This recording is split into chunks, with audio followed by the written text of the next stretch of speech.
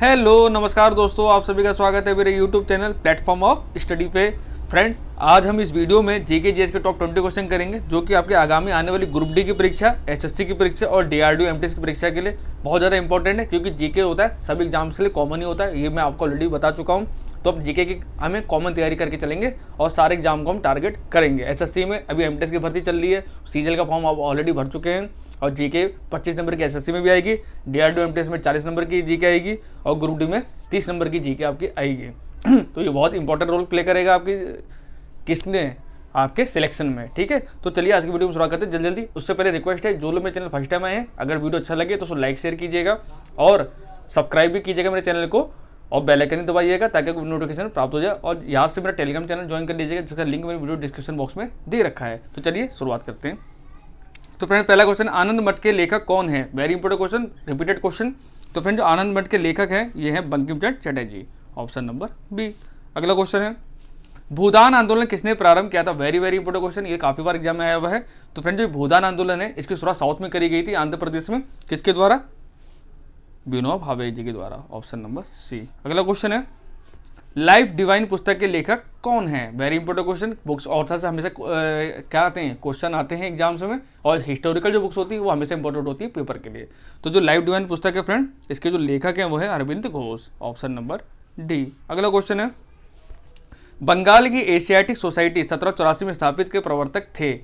तो सब जानते होंगे एशियाटिक सोसाइटी की स्थापना की गई थी बंगाल में। उसके बाद एक होम रूल आंदोलन करा गया था वहाँ महाराष्ट्र में 1916 में, तो उसमें तो बाल गंगाधर तिलक थे। लेकिन जो ये एशियाटिक सोसाइटी बनाई गई थी, ये बनाई गई थी किसके द्वारा? सर विलियम जोन्स के द्वारा, ऑप्शन नंबर बी। अगला क्वेश्चन है, भारत की संविधान सभा किसके अनुसार गठित की गई है?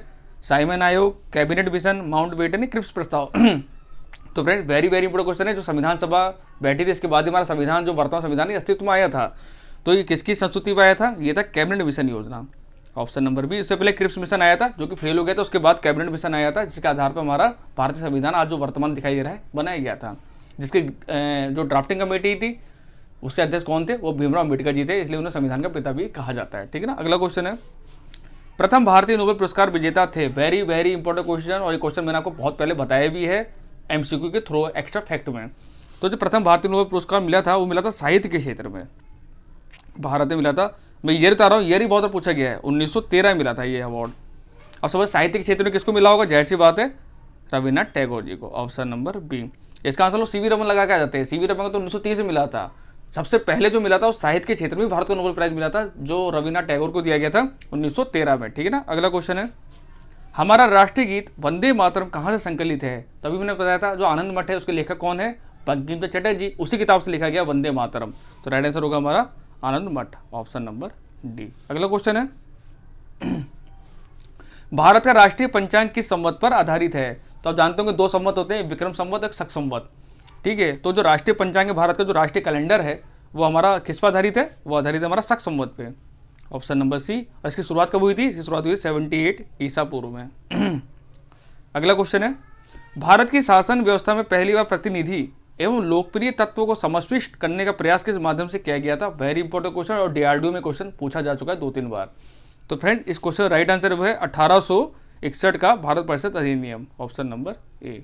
अगला क्वेश्चन है, बनारस हिंदू विश्वविद्यालय जिसको हम बीएचयू बोलते हैं, के संस्थापक थे? लास्ट टाइम रेलवे में, आरपीएफ में बहुत बार आया था, एनटीपीसी एग्जाम में भी रिसेंटली पूछा जा चुका है, एसएससी में भी पूछा जा चुका है और बार बार क्वेश्चन पूछा जाता है बीएचयू। तो जो बीएचयू है यानी बनारस हिंदू विश्वविद्यालय, इसके संस्थापक थे वो थे मदन मोहन मालवीय।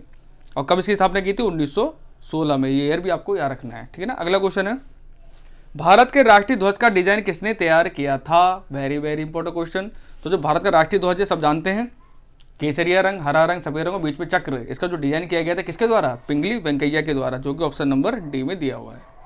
ठीक है ना। अगला क्वेश्चन है, भारत में पहला समाचार पत्र किसने शुरू किया था? Very very important question. उस समाचार पत्र का नाम पहले था, क्या था? बंगाल गजट।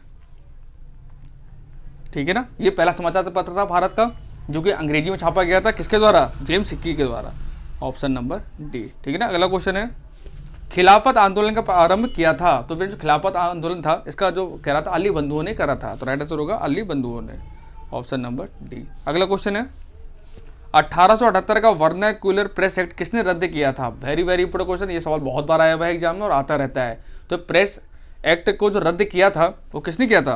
वो किया था लॉर्ड रिपन ने, ऑप्शन नंबर ए। इसलिए इन्हें प्रेस का मुक्तिदाता भी कहा जाता है। लेकिन लगाया किसने था, ये क्वेश्चन भी आया हुआ है। तो इसको लगाया था लॉर्ड लिटन ने। लॉर्ड लिटन ने प्रेस पर प्रतिबंध लगा दिया था कि आप कोई भी आर्टिकल छापेंगे तो वो देशद्रोह माना जाएगा और आपको जेल हो जाएगी।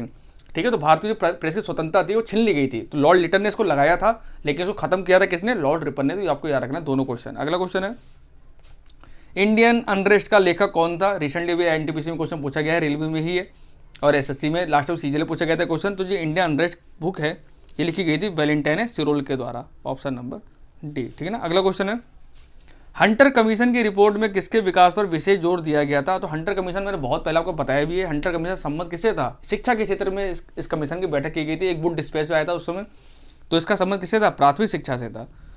इसमें क्या कहा गया था कि जो भारत का जो शिक्षा का आधार होना चाहिए वो अंग्रेजी होना चाहिए। जो शकल, और ऐसे हमको इंडियन बनाना है कि जो शकल से तो इंडियन दिखेंगे लेकिन जो सोच और विचार होगी उनकी अंग्रेजी जैसी सोच होगी। तो उसमें इसके बारे में बात किया गया था। ठीक है ना, हंटर कमीशन में। अगला क्वेश्चन है, भारत के प्रथम 3 विश्वविद्यालय कलकत्ता, मद्रास, बम्बई की स्थापना किस वर्ष में हुई? ये लास्ट में डीआरडीओ का जो सीनियर टेक्निकल असिस्टेंट का एग्जाम होता है हर साल सितंबर वाला, उसमें क्वेश्चन आया था ये। तो फिर क्वेश्चन का राइट आंसर है वो 1857 में, ऑप्शन नंबर है। और उसमें वाइसराय कौन था 1857 में? तो आप सब जानते होंगे, आपको याद रखना भी है, लॉर्ड कैनिंग। उसी के समय में 1857 की क्रांति भी हुई थी। तो ये क्वेश्चन बहुत पूछा भी जाता है कि 1857 की क्रांति के समय वाइसराय कौन था? तो वो था लॉर्ड कैनिंग। और इसी समय ही ये 3 विश्वविद्यालय भी स्थापित किए गए थे, कलकत्ता वाला, मद्रास वाला, बम्बई वाला। मद्रास जिसको आज हम चेन्नई बोलते हैं वर्तमान में। ठीक है ना। अगला क्वेश्चन है, विजयनगर किस नदी के तट पर स्थित है? तो फ्रेंड जो विजयनगर है ये तुंगभद्रा नदी के तट पर स्थित था, ऑप्शन नंबर डी। और जब तालीकोटा का युद्ध हुआ था उस समय इसका खात्मा हो गया था विजयनगर साम्राज्य का, जो कि इसके जो अवशेष हैं वो हम्पी नदी किनारे मिलते। तो हम्पी पूछा गया बहुत बार, हम्पी कहाँ पर है? तो ये कर्नाटक राज्य में स्थित है। ठीक है ना। और सेकंड लास्ट क्वेश्चन इस वीडियो का, बहमनी राजाओं की राजधानी थी? तो फ्रेंड जो बहमनी राजाओं की राजधानी हुआ करती थी वो हुआ करती थी गुलबर्गा, जो कहाँ पर है? कर्नाटका में। ठीक है ना। और इसकी स्थापना कैसे की थी बहमनी साम्राज्य की? तो की थी हसन गंगू ने, हसन गंगू। ठीक है ना। अगला क्वेश्चन है, लास्ट क्वेश्चन इस वीडियो का, मीनाक्षी मंदिर कहाँ स्थित है? तो फ्रेंड जो मीनाक्षी मंदिर है ये पांड्य साम्राज्य के द्वारा बनाया गया था, पांड्य साम्राज्य। ठीक है ना। पांड्य साम्राज्य पढ़ा होगा आपने इतिहास में। और ये स्थित है कहाँ पर? मदुरई में, ऑप्शन नंबर बी। तो फ्रेंड्स यहाँ पर टॉप 20 क्वेश्चन समाप्त होते हैं। आई होप आपको वीडियो अच्छी लगी होगी और कंबाइंड हम तैयारी कर रहे हैं, आपको अच्छा लग रहा है सेशन, मुझे बड़ी खुशी है। तो इसको लाइक शेयर कीजिएगा, यहाँ से मेरा टेलीग्राम चैनल ज्वाइन कर लीजिएगा, और जो लोग फर्स्ट टाइम आए हैं मेरे चैनल सब्सक्राइब कर लीजिएगा।